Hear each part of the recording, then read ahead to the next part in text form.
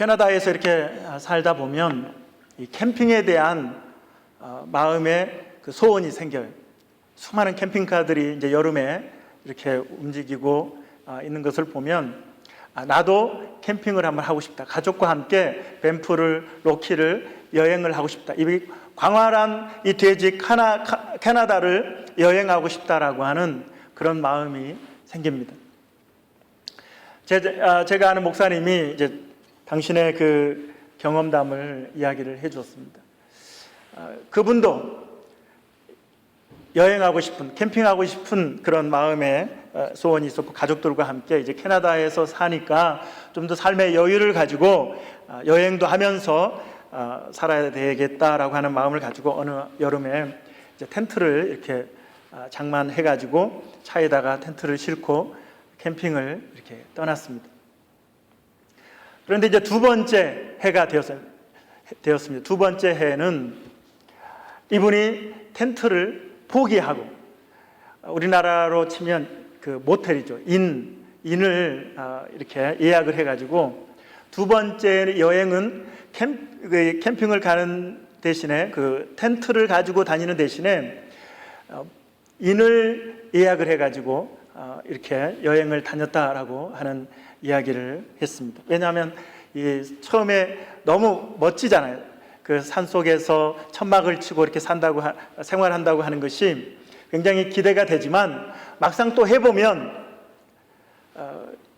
산속이라 밤에는 또 추울 수도 있고 또 여러 가지가 불편하잖아요. 불편하고 그것을 또 설치하고 또 그것을 접고 하는, 그렇게 여행을 다니는 것이 불편하니까 차라리 숙소를 정해놓고 그렇게 여행을 하자, 이렇게 변화가 일어났습니다.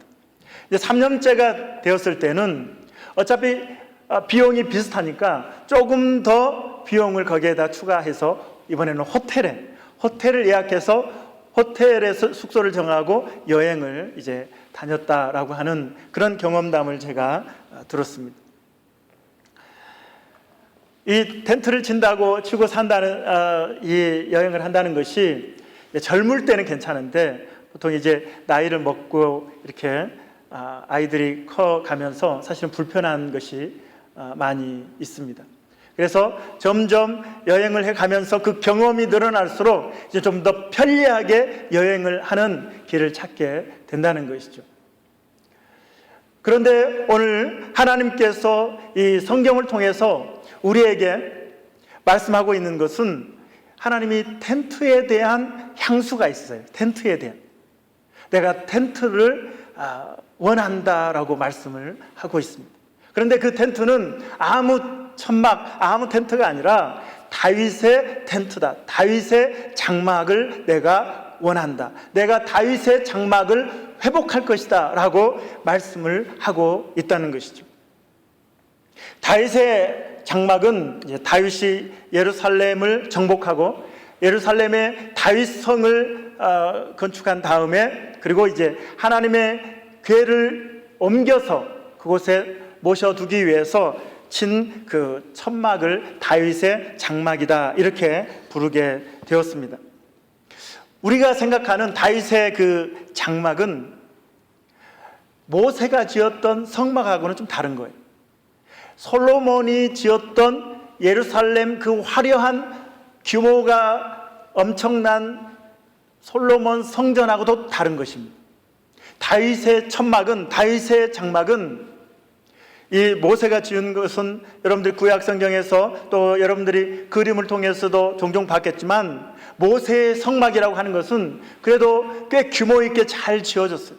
울타리도 있고 번제단도 있고 물두멍도 있고 성소 안에 들어가면 7 촛대가 있고 맞은편에 12개의 떡을 놓아주는 떡상이 있고, 그리고 휘장이 있고 휘장 앞에는 금향단이 있고, 또 지성소로 들어가면 그곳에 법궤가 있는, 이렇게 규모가 있는 그런 하나님 앞에 제사를 드리는 데 있어서 절차를 따라서 드릴 수 있는 아주 멋진 성막이 모세의 성막입니다.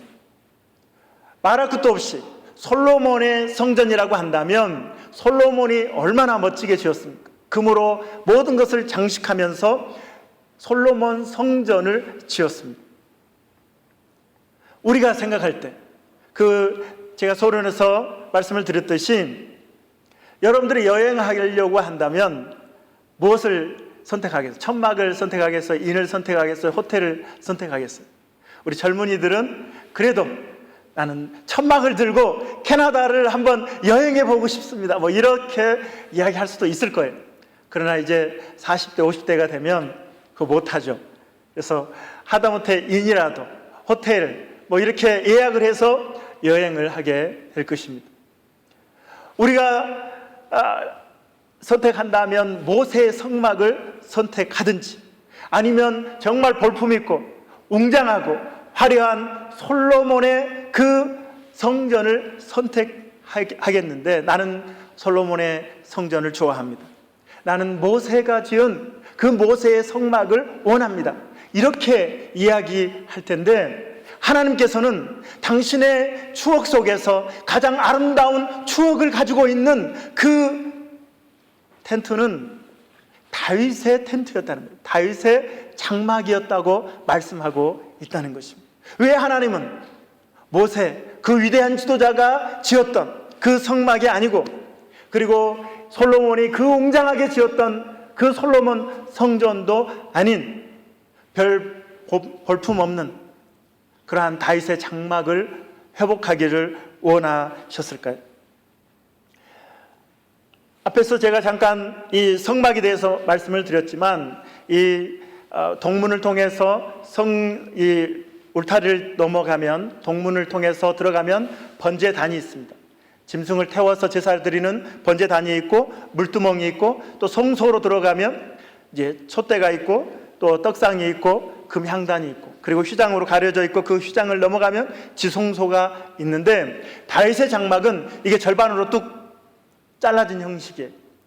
완전한 성막의 모습을 갖추지 않고 지성소처럼 여호와의 법궤만 모셔다 놓은 반쪽짜리 장막이라는 거예요. 반쪽짜리. 다윗의 장막은 반쪽짜리. 그리고 그 반쪽은 어디에 있을까요? 혹시 아시는 분? 놋 번제단과 성막의 그 모세가 지었던 그 장막은, 텐트는 어디 있을까요? 반쪽은 기브온 산당에 있습니다. 기브온이라고 하는 곳에 있었습니다. 기브온에, 그곳에는 모세가 지은 성막이 그곳에 있어요. 그리고 거기는 놋 번제단이 있어서 그곳에서 예배를, 제사를 드렸습니다. 여러분, 솔로몬이 왕이 된 후에 첫 번째 일천 번제를 드릴 때 어디에서 드렸죠? 어디에서? 기브온 산당에서 일천 번제를 드렸습니다. 규모가 크기 때문이다 라고 성경은 말하고 있어요. 기브온 산당, 기브온에 있는 그 장막은 더 커요. 더 크고, 그곳은 놋 번제단도 있고, 모세가 만든, 그 모세 시대에 만들어진 성막이 바로 그곳에 기브온에 있었습니다. 그런데 다윗의 장막은 그냥 여호와의 법궤만 모셔놓은 규모도 작은 그러한 별 볼품 없는 장막이 다윗의 장막이었다는 것입니다. 그럼에도 불구하고 하나님은 내가 회복하기를 원하는 것, 내가 다시 세우기를 원하는 그 장막은 모세의 성막도 아니고 솔로몬의 성전도 아니고 다윗의 장막이다라고 말씀하고 있습니다. 아모스 9장 1절 우리 같이 읽겠습니다. 시작. 그 날에 내가 다윗의 무너진 장막을 일으키고 그것들의 틈을 막으며 그 허물어진 것을 일으켜서 옛적과 같이 세우고 라고 말씀하고 있습니다. 아모스 선지자는 BC 700년 중반에 활동했던 남유다의 선지자였습니다. 남유다와 북이스라엘의 죄를 지적했던, 그러한 심판하실 것이다, 너희가 회개하지 않으면 심판하실 것이다 라고 하는 메시지를 전했습니다. 그리고 이제 마지막 후반부에, 그럼에도 불구하고 하나님이 징계하시고 심판하시겠지만 다시 이스라엘을 회복시켜 줄 것이다 라고 하는 메시지를 주시면서 첫 번째 11절의 말씀을 주고 있는 거예요. 하나님이 회복하신 그날에는 다윗의 장막을, 무너진 장막을 일으키고 그것들의 틈을 막으며 그 허물어진 것을 일으켜서 옛적과 같이 세우고 라고 말씀하고 있다는 것입니다. 하나님이 다시 세우기를 원하시는 장막은 모세의 성막도 아니고 솔로몬의 성전도 아니고 다윗의 장막이라고 말씀하고 있는 것입니다. 그렇다면 왜 하나님은 이렇게 볼품도 없이 모세가 만들었던, 모세 시대에 만들어졌던 그 성막과도 비교도 안 되고, 또한 솔로몬이 지었던 그 웅장하고 그 화려한 성전과는 정말 비교도 안 되는 다윗의 초라한 장막을 회복하시겠다고 말씀하셨겠습니까? 이렇게 말씀하신 하나님의 뜻은 어디에 있는 것일까요? 그래서 과연 그 다윗의 장막이 갖고 있는 특징이 무엇인가 한 두 가지 살펴보았습니다. 첫 번째로 다윗의 장막이 갖고 있는 특징은 휘장이 없다라고 하는 것입니다. 한번 따라하겠습니다. 휘장이 없다. 휘장이 없다. 휘장은 성소와 지성소를 가로막고 있는 커튼이죠. 커튼. 이것은 소가 황소들이 양쪽에서 끌어당겨도 찢어지지 않은 아주 강하게 두껍게 만들어진 이 휘장이고, 이것은 아무나 넘어갈 수 없는, 그래서 대제사장만 대속죄일에 1년에 한 번씩 들어갈 수 있는 이 휘장에 넘어 지성소로 들어갈 수 있는 바로 그곳이 바로 그 지성소를 막고 있는 이 휘장이라고 하는 것입니다. 그런데 다윗의 장막에는 이것이 있다 없다? 이것이 없다는 것, 휘장이 없다는 것입니다. 그러면 휘장이 없으면 어떻게 될까요? 휘장이 없으면 누구든지 법궤를 볼 수 있는 거예요. 누구든지 법궤를 볼 수 있는 그 환경을 만들어 놓고 있는 것입니다. 구약에서 아주 특별한 모습이죠. 우리는 구약을 생각할 때 구약은 지성소와 성소가 나누어져 있어서 휘장을 넘어가는 유일한 존재는 대제사장만 법궤 앞에 나아갈 수 있다고 우리는 구약을 그렇게 생각을 하고 있는데, 구약의 이 시대 가운데서도 스페셜한 케이스는 뭐냐면 다윗의 장막에는 법궤만 모셔져 있고 휘장이 없고, 그래서 사람들은 사방에서 몰려서 그 법궤를 바라볼 수 있게 되었다는 것입니다. 하나님의 임재를 사모하며 하나님의 은혜를 사모하며 그 앞에 나아갈 수 있었던 것이죠. 하나님께서 앞으로 당신이 회복할 그 나라에서 이루고 싶으신 하나님의 그 마음은 무엇이냐면, 특별한 사람만 들어올 수 있는 것이 아니라 누구든지 내 앞에 나오는, 누구든지 나에게 예배할 수 있는 환경을 만드시겠다라고 하는 하나님의 메시지가 여기에 있는 것입니다. 그래서 이 특별한 케이스를 통해서 우리가 신약으로 넘어와서 연결시켜 보면 이것은 예수 그리스도를 통한, 그래서 예수 그리스도의 이름을 통해서 누구든지 하나님 앞에 나아갈 수 있는 그 길을 여시겠다라고 하는 하나님의 뜻이 아모스 9장 11절에 기록되어 있는 것이죠. 그래서 예수님께서 저와 여러분의 죄를 짊어지고 십자가에 달려 돌아가실 때 엘리 엘리 라마 사박다니, 나의 아버지 어찌하여 나를 버리십니까? 그리고 주님께서 운명하신 그 순간 예루살렘의 그 성전에서 어떤 일이 일어났습니까? 자, 우리 마태복음 27장 50절로 51절 같이 읽겠습니다. 50절 시작. 예수께서 다시 크게 소리 지르시고 영원히 떠나시니라. 이에 성소 휘장이 위에서부터 아래까지 찢어져 둘이 되고 땅이 진동하며 바위가 터지고. 성소의 휘장이 위에서부터 아래로 찢어졌다. 밑에서 위로 찢어진 것이 아니라 위에서부터 아래로 찢어져서 완전히 두 조각이 나버렸다라고 말씀하고 있습니다. 하나님이 찢으셨죠. 그래서 예수 그리스도를 통해서 누구든지 지성소에 들어올 수 있는, 하나님의 임재 가운데 들어올 수 있는 길을 예수님께서 만들어 놓으신 것입니다. 그래서 히브리서 10장 19절로 20절은 이렇게 말씀하고 있습니다. 같이 읽겠습니다. 시작. 그러므로 형제들아, 우리가 예수의 피를 힘입어 성소에 들어갈 담력을 얻었나니 그 길은 우리를 위하여 휘장 가운데로 열어놓으신 새로운 살 길이요 휘장은 곧 그의 육체니라. 예수 그리스도의 몸이 찢어졌습니다. 십자가 위에서 찢어졌습니다. 그래서 그 전에는 하나님 앞에 나아갈 수 없는 모든 인생들이었지만 예수님께서 저와 여러분의 모든 죄를 짊어지고 십자가에 달려 죽으심으로 그 육체를 찢으시고 가르시고, 그래서 주님의 이름으로 하나님 앞에 나아갈 수 있는, 하나님의 임재 가운데 나아갈 수 있는 새로운 살 길을 열어 놓으셨다라고 말씀하고 있는 것입니다. 그래서 하나님께서는, 하나님의 비전이 무엇입니까? 하나님의 비전은 모세의 성막도 아니고 예루살렘 성전도 아니에요. 솔로몬의 성전도 아니에요. 왜냐하면 그것은 휘장에 있기 때문에. 그리고 대제사장만 들어갈 수 있는, 지성소로 대제사장만 들어갈 수 있는 그러한 예식이, 구약의 율법이 있기 때문에 하나님께서는 그 모든 율법을 완성하시기 위해서 이제 대제사장만 지성소로 들어가는 것이 아니라 누구든지, 한번 따라하겠습니다.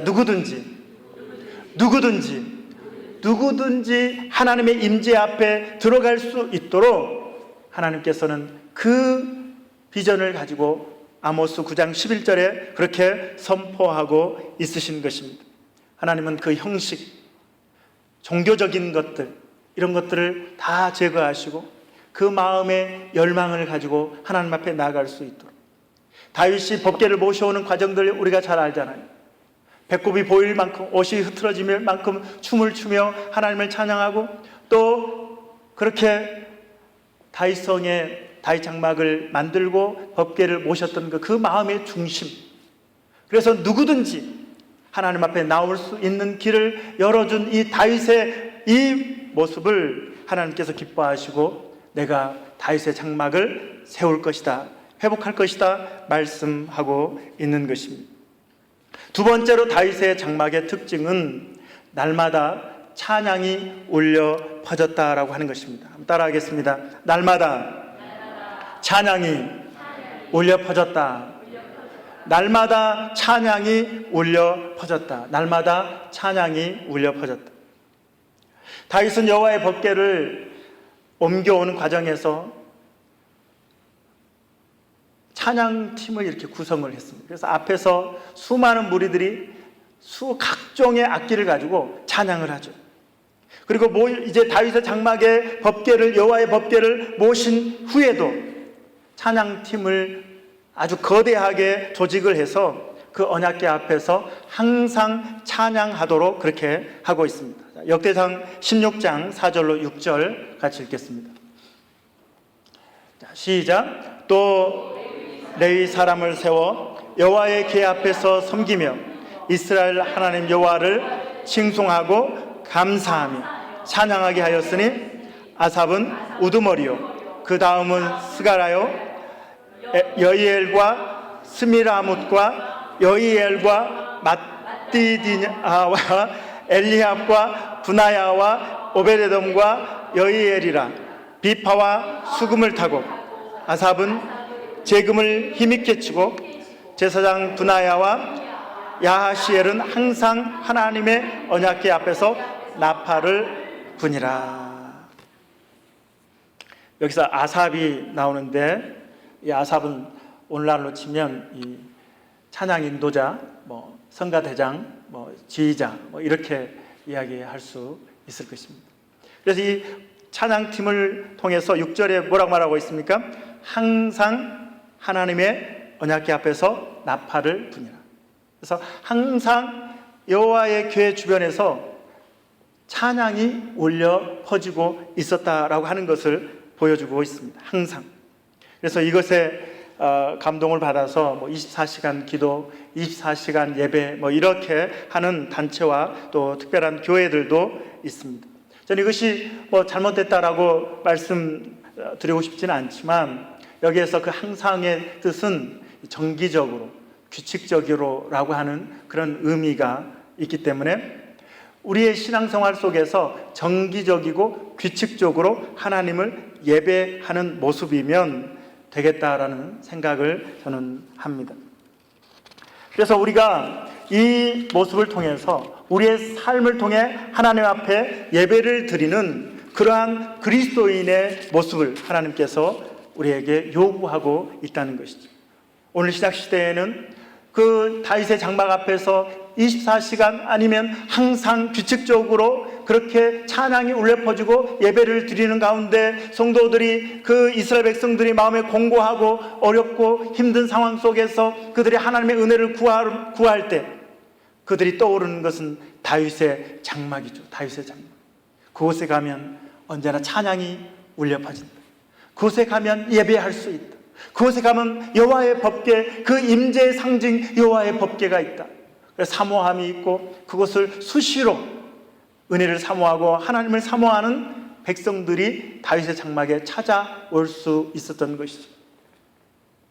그래서 오늘 신약시대에도 우리 그리스도인들에게 하나님은 우리에게 규칙적으로 정기적으로 하나님을 예배할 것을 말씀하고 있는 것입니다. 에베소서 5장 18절로 21절 우리 함께 봉독하겠습니다. 18절 시작. 술 취하지 말라. 이는 방탕한 것이니 오직 성령으로 충만함을 받으라. 시와 찬송과 신령한 노래들로 서로 화답하며 너희의 마음으로 주께 노래하며 찬송하며 범사에 우리 주 예수 그리스도의 이름으로 항상 아버지 하나님께 감사하며 그리스도를 경외함으로 피차 복종하라. 신약시대에 오면서 우리에게 말씀하고 있는 것은 범사에, 그렇죠? 쉬지 말고 기도하라. 범사에 감사. 우리가 범사에 항상 언제나 하나님을 모시고 하나님과 함께 하나님께 감사하고 하나님을 찬양하고 하나님을 예배하는 우리 성도들의 삶을 하나님이 이 다윗의 장막의 회복을 통해서 기대하고 있는 것이죠. 다윗의 장막만 해도 예배를 사모하고 은혜를 사모하고 하나님께 제사를 드리기 위해서 찾아가야 했던 특별한 장소가 있는 거죠. 다윗의 장막, 기브온 산당. 그러나 오늘 이 시대에는 우리가 예수님을 영접하는 순간 예수의 영이신 성령님이 우리 안에 거하심을 여러분 믿으시길 바랍니다. 우리 안에 거하신 성령님을 모시고 우리가 그분을 영접하고 우리가 늘 그분을 높이며 우리의 삶의 주인으로 인정하고 찬양할 때 우리는 우리의 삶이 예배가 되는 것을 여러분 기억하시기를 바랍니다. 그래서 예수 그리스도를 믿는 한 사람 한 사람의 삶 속에서 다윗의 장막의 예배가 회복되기를 원하시는 하나님의 그 비전과 하나님의 소원이 내가 다윗의 장막을 회복하겠다, 무너진 다윗의 장막을 일으켜 세우겠다라고 하시는 그 하나님의 말씀의 의미가 바로 그렇게 포함이 되어 있는 것입니다. 자, 그러면 우리는 이렇게 질문을 해 보아야 합니다. 세 번째로 한번 따라합니다. 나는 회복된 다윗의 장막인가? 나는 회복된 다윗의 장막인가? 우리 스스로에게 우리가 질문을 해 보아야 합니다. 사도행전 15장 16절에 보면 다윗의 장막이 신약시대에 성취되었다라고 하시는 말씀이 있습니다. 자, 16절 같이 읽겠습니다. 시작. 이후에 내가 돌아와서 다윗의 무너진 장막을 다시 지으며 또 그 허물어진 것을 다시 지어 일으키리니. 자, 사도행전 15장 16절에 이 말씀이 있어요. 어디 말씀을 인용했어요? 어디에 있는 말씀을? 아모스 9장 11절에 있는 말씀을 야고보가 인용을 하고 예루살렘 예루살렘의 공의회가 이방인들이 교회로 오면서 교회 안에 문제가 생겼어요. 유대교인들, 구약을 믿던 유대교인들, 바리새파가 예수를 믿으면서 그들이 주장하는 건 뭐냐면 이방인들도 모세의 율법을 지키고 할례를 받아야 한다라고 하는 주장을 했어요. 이방인들도 할례를 받아야 한다. 이방인들도 율법을 지켜야 한다라고 주장을 했습니다. 그러자 바울과 바나바가 그 이방인들을 전도하면서 그런 충돌이 있었어요. 많은 변론이 일어나고 교회가 좀 소란스러워지자 예루살렘으로 이제 오게 되는데 예루살렘 공의회, 요즘은 이제 교회의 어떤 상회 기관이라고 할 수 있는 노회나 총회 같은 그런 그 당시에 첫 번째 예루살렘 공교회가 이제 모이게 됩니다. 그래서 사도들과 장로들이 이제 최고 의결 기관이 모이게 되죠. 거기서 많은 이야기들이 오가는 가운데 마지막으로 야고보가 하는 이야기가 바로 아모스 9장 11절을 인용하면서 하나님께서 그 말씀을 이루셨고 누구든지 하나님 앞에 나올 수 있도록, 이방인들도 하나님 앞에 나올 수 있도록 율법을 지키고 할례를 지켜야 되는 것이 아니라 누구든지 다윗의 장막에 사람들이 올 수 있었던 것처럼 오늘 이 시대에 예수 그리스도께서 십자가에 달려 돌아가심으로 길을 열어주셨기 때문에 이방인들이 들어오는 것에 멍에를 씌우지 말자라고 이야기를 하고 있는 것입니다. 예수를 믿음으로 하나님 앞에 나아갈 수 있는, 진정한 하나님 앞에 예배자로 세워질 수 있다라고 하는 사실을 야고보가 이야기를 하고, 그것이 예루살렘 공교회에서 이것이 결정이 되게 되었습니다. 오늘날까지 이제 우리도 이방인 아니었겠습니까? 우리도 할례를 받고 또 율법을 지켜야 했을 것인데 그렇지 않아도 된다라고 그때 결정이 된 것입니다. 아모스 선지자가 애어난 후 700년이 지난 후에 예수 그리스도께서는 이제 이 다윗의 장막이 예표하고 있는, 실제로 예수님께서는 이제 십자가에 달려 죽으심으로 그 애언이 성취되었던 것을 야고보가 선포하고 있는 것입니다. 자, 내가 다윗의 장막으로 이제 회복되었는가? 내가 이제 신약시대에 내가 다윗의 장막으로 회복되어서 하나님의 임재 앞에 나아가며 하나님의 임재를 경험하며 하나님 앞에 진정한 예배를 드리고 있는가라고 하는 사실을 우리가 질문하면서 우리 첫 번째로 기억해야 될 것은 내가 예수님을 영접했는가라고 하는 질문을 해야 합니다. 예수님을 나의 구주, 나의 하나님으로 영접했는가? 다윗의 장막으로 회복되기 위해서 첫 번째 스텝은 예수님을 영접하는 것입니다. 따라하겠습니다. 예수님을 나의 구주, 나의 하나님으로 영접해야 한다. 영접하는 자, 곧 그 이름을 믿는 자들에게는 하나님의 자녀가 되는 권세를 주셨으니라고 말씀하고 있습니다. 예수님을 영접하면 우리는 우리 안에 예수의 영이신 성령께서 우리 안에 거하시고, 이제 우리는 구약으로 치면 다윗의 장막이 되는 거예요. 예수의 영이 우리 안에 거하시기 때문에, 성령님이 거하시기 때문에 다윗의 장막이 되는 것이죠. 그것에는 하나님을 예배하는 데 있어서 어떤 꺼리낌도 어떤 장애물도 없어요.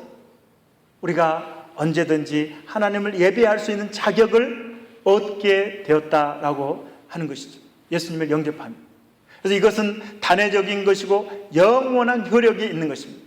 예수님을 영접하면, 한 번 영접하면 영원한 효력이 있게 되는 것입니다. 그럼에도 불구하고 우리는 두 번째 영접이 또 필요합니다. 두 번째 영접. 한 번 예수님을 영접했으면 이제 우리 예수님의 이름으로 하나님 앞에, 하나님의 임재 앞에 나아갈 때 우리가 다시 오십시오, 또 오십시오, 내 죄 때문에 떠나신 예수님 다시 오십시오, 이게 아니고 내 안에 계시지만 나와 교제가 끊어진, 그렇잖아요. 우리가 결혼을 해서 법적으로 부부가 되어도, 우리가 결혼해서 법적으로 부부가 되어도 집안에서 전혀 상관없이 남편과 부인이 살아갈 수 있는 것, 그것이 오늘 우리는 이 시대에 그런 가정들에서 보고 있는 것 아니겠습니까? 그렇죠? 남편은 돈만 갖다 주고, 그리고 부인과 전혀 이야기하지 않는, 교제가 없는, 교제가 끊어진 그런 부부 관계가 있다는 것이죠. 마찬가지로 우리가 예수님을 영접했지만 우리가 친밀감을 잃어버리는 우리의 삶이 있을 수 있다는 것이죠. 교회는 다니지만, 내가 예수님을 영접하긴 했지만 전혀 하나님과 상관없는 그런 인생을 살아갑니다. 그럴 때 우리는 주님을 다시 한번 초청하는, 내 안에 계신, 밖에서 다시 초청하는 것이 아니라 내 안에 계신 그분을 내 의식 속에서 내가 그분을 모시는 그런 믿음의 고백을 하는 것이죠. 한번 따라하겠습니다. 성령님 사랑합니다. 성령님 오시옵소서. 성령님 초대합니다. 성령님 환영합니다. 성령님은 나의 VIP이십니다. 이 고백을 우리가 늘 해야 하는 것이죠. 이것이 또 하나의 영접이라고 제가 표현을 하겠습니다. 복잡하게 신학적인 부분을 이렇게 말씀드리는 것이 아니라 우리의 일상생활에서 그분을 다시 한번 초청하는 거예요. 성령님, 예수의 영신 성령님을 내 가정에서, 내 직장에서, 나 삶의 터전에서 성령님 환영합니다. 초청합니다. 오시옵소서. 성령님, 내 삶의 VIP로 모십니다. 그분을 인정해드리고 그분을 삶의 주인으로 인정해드리고 내 삶의 문제를 그분께 의탁드리고 그분과 함께 교제를 나누는 이 삶이 우리 안에 다윗의 장막이 회복된 진정한 예배자의 삶을 살아가는 그러한 그리스도인의 모습이라는 것을 여러분 기억하시기를 바랍니다. 내가 교회를 다니지만 내가 주님을 얼마나 부르고 있는가, 얼마나 내가 성령님을 모시고 살아가고 있는가에 대해서 우리는 고민하면서 내 자신을 점검해 보아야 하는 것입니다. 두 번째 질문은 나의 예배는 살아있는가입니다. 한번 따라하겠습니다. 나의 예배는 살아있는가? 우리가 예배가 살아있는가? 이것이 우리가 두 번째로 질문해야 합니다. 내 안에 다윗의 장막이 회복되었는가라고 하는 것에 대해서 두 가지 점검하는 질문. 첫 번째는 내가 예수님을 영접했는가? 두 번째는 내 예배는 살아있는가라고 하는 것입니다. 다윗의 장막에서 항상 하나님을 찬양하는 악기들이 울리고 또 찬양단이, 찬양팀이 노래를, 찬양을 올려드렸던 그러한 모습처럼 오늘 우리의 다윗의 장막, 우리 내면의 다윗의 장막 안에서 하나님을 찬양하는데 이것이 살아있느냐라는 것이죠. 하나님을 예배하는데 이것이 생명력이 있느냐라고 하는 것입니다. 이것이 내가 종교적이고 형식적인 것이 아니라 정말 내 안에 영혼의 울림이 있는 찬양과 기도와 예배를 내가 드리고 있는가를 우리는 점검해야 하는 것이죠. 내 예배가 살아있게 된다면 찬송가가 5절이 되어도 시험 들지 않습니다. 반복 찬양해도 오히려 감사하고 주님을 더 찬양하고 싶어서 찬양하는 시간이 너무나 부족합니다. 이렇게 찬양 시간을 더 늘립시다. 예배 시간을 더 늘립시다. 이렇게 이야기를 하게 되는 것이죠. 그래서 5절 찬송가가 5절이 나오면 시험 들어가지고 너무 길어. 목사님이 계속 반복하는데 막 질려. 예배 시간이 너무 길어. 설교가 길어. 그럴 때 우리는 외형적인 환경에 탓하기보다 내 안에 예배가 살아있는가를 우리는 점검할 필요가 있는 것이죠. 그래서 다윗의 그 장막은 다윗의 작품 아니겠습니까? 다윗의 작품.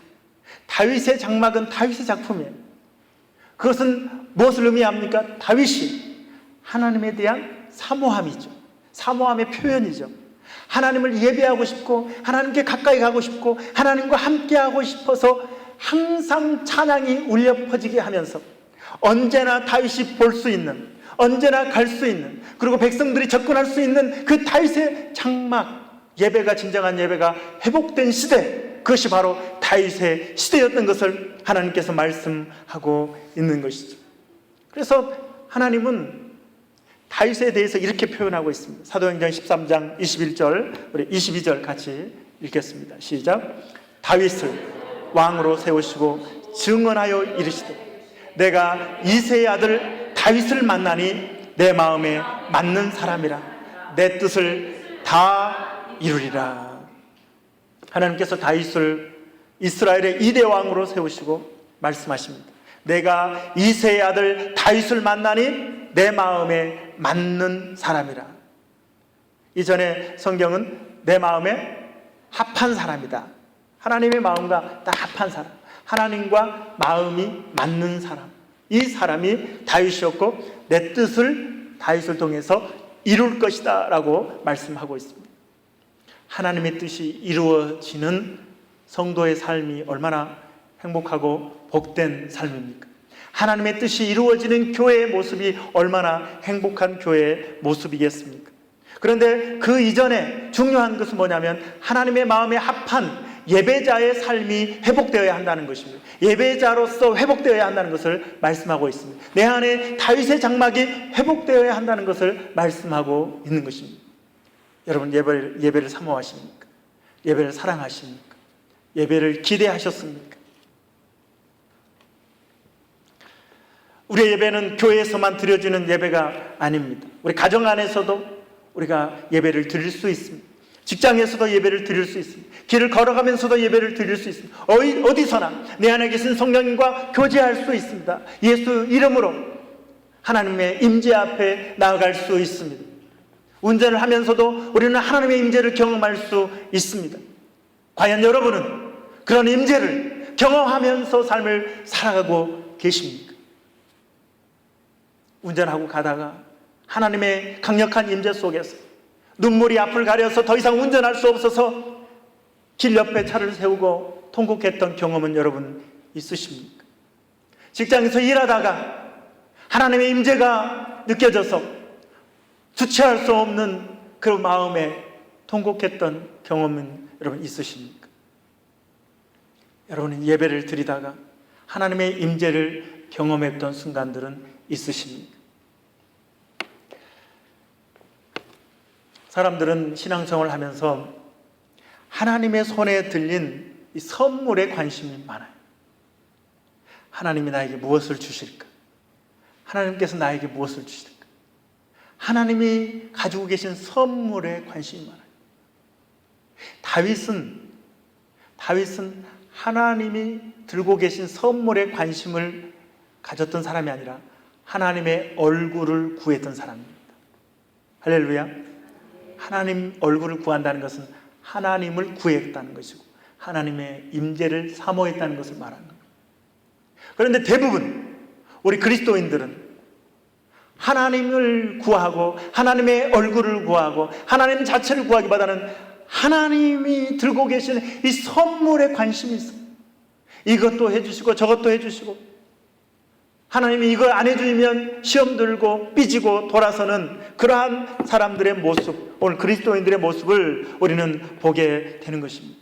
그런데 오늘 우리가 사도행전 13장 22절에서 하나님의 마음에 합한 다윗에게 하나님 말씀하시는 것을 보세요. 저를 통해서 내 뜻을 다 이루겠다라고 말씀하십니다. 다윗의 왕국을 세워가시면서 마지막에 궁극적으로 어떻게 성취되죠? 다윗의 후손으로 예수 그리스도가 태어나게 됩니다. 마태복음 1장에 아브라함과 다윗의 자손 예수 그리스도의 세계라. 이 놀라운 일은 어떻게 시작됩니까? 이 온 인류의 구원의 역사, 이 가운데 다윗이 그 중심에 서게 되었던 것은 바로 다윗의 장막을 세우는 그 다윗의 마음, 하나님을 사모하는 마음, 하나님께 진정한 예배자로 세워지는 그 열정과 그 순수한 마음, 하나님의 얼굴을 구하는 그 다윗이었기에 내 마음에 합한 자 이 다윗을 통해서 내 뜻을 이루겠다라고 하나님은 선포하고 계셨던 것이죠. 사랑하는 성도 여러분, 오늘 이 말씀을 통해서 저와 여러분에게 다윗의 장막을 회복하라고, 다윗의 장막을 세우라고 말씀하고 있는 것입니다. 여러분 안에 있는 다윗의 장막은 안녕하십니까? 여러분 안에 있는 다윗의 장막은 잘 세워져 있습니까? 우리가 교회를 다니면서도 이 다윗의 장막이 자주 무너진다는 것을 여러분 기억하시기 바랍니다. 우리의 예배는 자주 무너져요. 우리의 예배는 자주 무너집니다. 작은 것에서 무너집니다. 작은 것에서 무너집니다. 작은 상황에서 무너집니다. 어떤 문제들 때문에 우리는 이 예배가 자꾸 무너져요. 자꾸 무너질 뿐만 아니라 또 무너지기도 쉬운데 다시 세우는 것도 참 어려운 것이 바로 이 예배를 다시 세우는 것입니다. 경험이 있잖아요. 목사도 마찬가지입니다. 믿음이 아무리 좋은 사람이라 할지라도 그 믿음이 계속 상승 곡선을 이루며 계속 올라가는 것은 아닙니다. 또 추락할 때가 있습니다. 또 무너집니다. 그래서 그것을 다시 세우기 위해서 몸부림치는 과정들이 필요한 것을 볼 수가 있습니다. 어떤 성도들은 이 과정을 반복하다가 지쳐버려요. 그래서 무너진 그 내 마음의 다윗의 성전을 다시 재건할, 다시 세울 그런 엄두도 내지 못한 채 그냥 좋은 게 좋은 거라고 형식적으로 교회를 다니게 되는 것을 보게 됩니다. 익숙하니까 5년 교회 다녔습니까? 10년 교회를 다녔습니까? 20년 교회를 다녔기 때문에 찬양하는 거 너무 편하고, 기도하는 거 그냥 간단하게 해결할 수 있고, 예배 드리는 거 그냥 간단하게 1시간 때우면 된다라고 생각하면서, 그것이 나의 예배라고, 그것이 하나님이 받으시는 예배라고 우리는 착각하면서 신앙생활을 하고 있다는 것입니다. 그럼에도 불구하고 하나님은 오늘 저와 여러분에게, 사랑하는 사랑의 교회 성도들아, 사랑하는 아들아, 사랑하는 딸아, 내가 다윗의 장막을 회복하고 다시 세우기를 원한다. 내 영혼 속에 다윗의 장막이 회복되기를 원한다고 주님은 말씀하고 있습니다.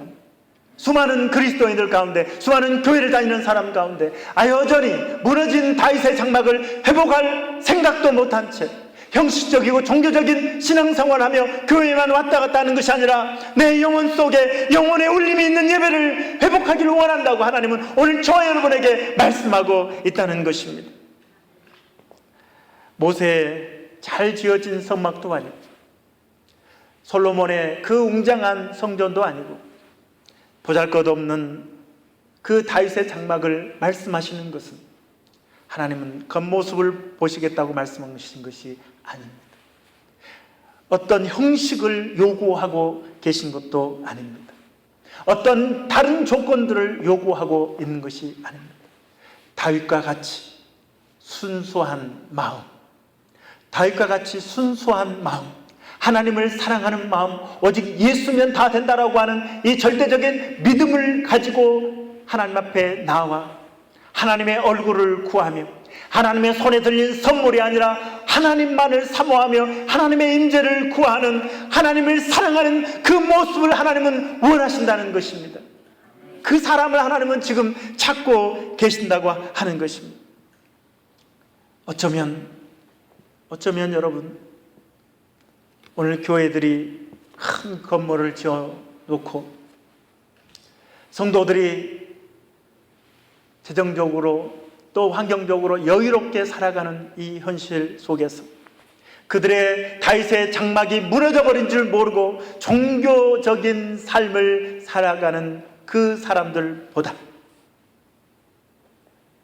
너무나 고통스럽고 어려운 고난 속에서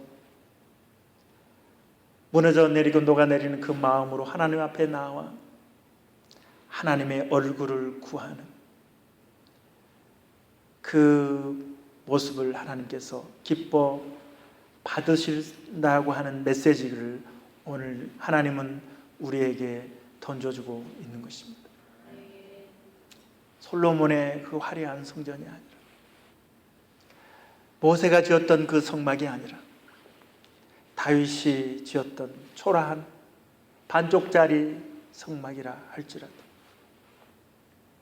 그곳에 진정으로 하나님을 사랑하는 그 마음이 있는 한 사람이 있다면 내가 그를 기뻐한다. 내가 그를 사랑한다. 그가 내 마음이 합한 자이기에 내가 그를 통해서 내 뜻을 이룰 것이다 라고 말씀하고 있는 것입니다. 그래서 우리가 온전한 예배를 드린다, 물론 이 마음을 갖는 것도 중요하지만 그 예배의 목표를 가지고 우리가 몸부림치는, 부족하지만 우리가 다 알 수 없지만 우리가 알아가고, 다 고백할 수 없지만 우리가 알아가고 고백하고, 그렇죠? 다 표현할 수 없죠. 우리가 찬양하잖아요. 그렇게 우리가 하나님을 사랑하기 위해서, 하나님께 나아가기 위해서 하나님의 임재를 구하며 몸부림치는 그 모습을 하나님께서 기뻐하시는 것입니다. 딸아, 아들아, 그렇게 어려운 환경 속에서도 나를 믿어주니 감사하구나, 고맙구나, 나에게 찾아와 내 얼굴을 구하니 고맙구나, 내 믿음대로 될지어다. 할렐루야. 지난 2달 동안 저는 아모스 9장 다윗의 장막에 대한 말씀을 매일 매 순간 묵상했습니다. 주님이 주시는 마음은 첫 번째로 성도들이 다윗의 장막을 회복해야 한다라고 하는 말씀이었습니다. 겉으로 모세의 성막처럼 꾸며져 있는, 외형적으로 솔로몬의 성전처럼 웅장하게 만들어져 있는, 그러나 그 마음속에 하나님의 임재를 사모하지 못하는 그러한 그리스도인들이 아니라, 외형적으로 볼품 없지만 천막에 불과하고 너덜너덜한 그러한 볼품 없는 천막이라 할지라도 나는 그 안에서 진정한 마음, 나를 향한 마음을 보기를 원한다. 사랑의 교회 성도들의 그 마음, 그 영혼 속에 다윗의 장막이 회복되기를 원한다. 이것이 첫 번째로 2달 동안 저에게 주신 하나님의 메시지였습니다. 여러분의 영혼 속에 다윗의 장막이 회복되기를 주님의 이름으로 축원합니다. 두 번째로 하나님이 주신 마음은 이 캘거리 땅에 사랑의 교회가 다윗의 장막을 회복하는 하는데 쓰임받는 교회가 되기를 원한다. 할렐루야. 그래서 이 캘거리 땅 가운데 하나님께서 기뻐하시는 다윗의 장막을 회복하는데 이 땅에 살아가는 많은 그리스도인들이 다윗의 장막, 하나님이 원하시는 그 예배, 그 하나님이 임재하시는 그 예배로 나아가는 데 있어서 많은 그리스도인들이 도전받고 영혼의 울림 가운데 나아갈 수 있도록 도전하고 함께 하나님을 예배할 수 있는 교회가 되기를 원한다는 것입니다. 우리 사랑의 교회가 그런 교회가 되었으면 좋겠다라고 하나님은 말씀하고 있는 것입니다. 이것이 우리의 교회에 향하신, 저와 여러분에게 주시는 하나님의 비전인 것입니다. 한번 따라하겠습니다. 주여, 제 안에 다윗의 장막을 회복하여 주옵소서. 주여, 제 안에 다윗의 장막을 회복하여 주옵소서. 주여, 우리 교회에 다윗의 장막을 회복하여 주옵소서. 주여, 캘거리에 다윗의 장막을 회복하여 주옵소서. 다윗의 장막이 회복되는 그날 하나님이 얼마나 기뻐하시겠습니까? 온전히 주님의 얼굴만을 구하며 함께 예배하는 그 모습이 우리 교회 안에서 또 이 캘거리 땅 가운데서 일어날 때 얼마나 행복하고 하나님께서 얼마나 기뻐하시겠습니까? 여러분, 하나님이 임재하실 때 어떤 일이 일어납니까? 바울과 실라가 빌립보 지하 감옥에 갇혔을 때 그들이 그 밤이 늦은 시간, 그 고통스러운 육체 채찍이 맞아서 피가 나고 착고에 묶여있는 그들이, 그럼에도 불구하고 그 환경 속에서 하나님께 기도하고 하나님을 찬양하잖아요. 그때 어떻게 일이 일어났어요? 지진이 일어나고 옥토가 흔들리고 옥문이 열리고, 그리고 모든 묶였던 죄인들이 다 풀려나는 그 역사가 그 빌립보 감옥에 일어났던 것을 보게 됩니다. 우리의 예배가 회복될 때 이 땅에 묶여있는, 지옥을 향해 가고 있는 영혼들이 풀려나게 될 줄로 믿습니다.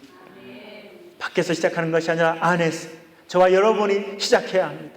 다윗의 장막을 회복하게 해달라고, 우리 내 안에 다윗의 장막이 회복하게 해달라고, 우리 교회 안에 다윗의 장막이 회복하게 해달라고 몸부림치며 하나님의 은혜를 갈망할 때 하나님의 그 은혜가 우리에게 부어지게 될 것이고, 우리가 하나님의 임재를 경험하며 이 불신의 세상 가운데 하나님을 증거하게 될 때 이 캘거리 땅에 다윗의 장막이 회복되게 될 줄로 믿습니다. 이 은혜를 누리며 증거하는 사랑의 교회 성도들이 될 수 있기를 주님의 이름으로 축원합니다.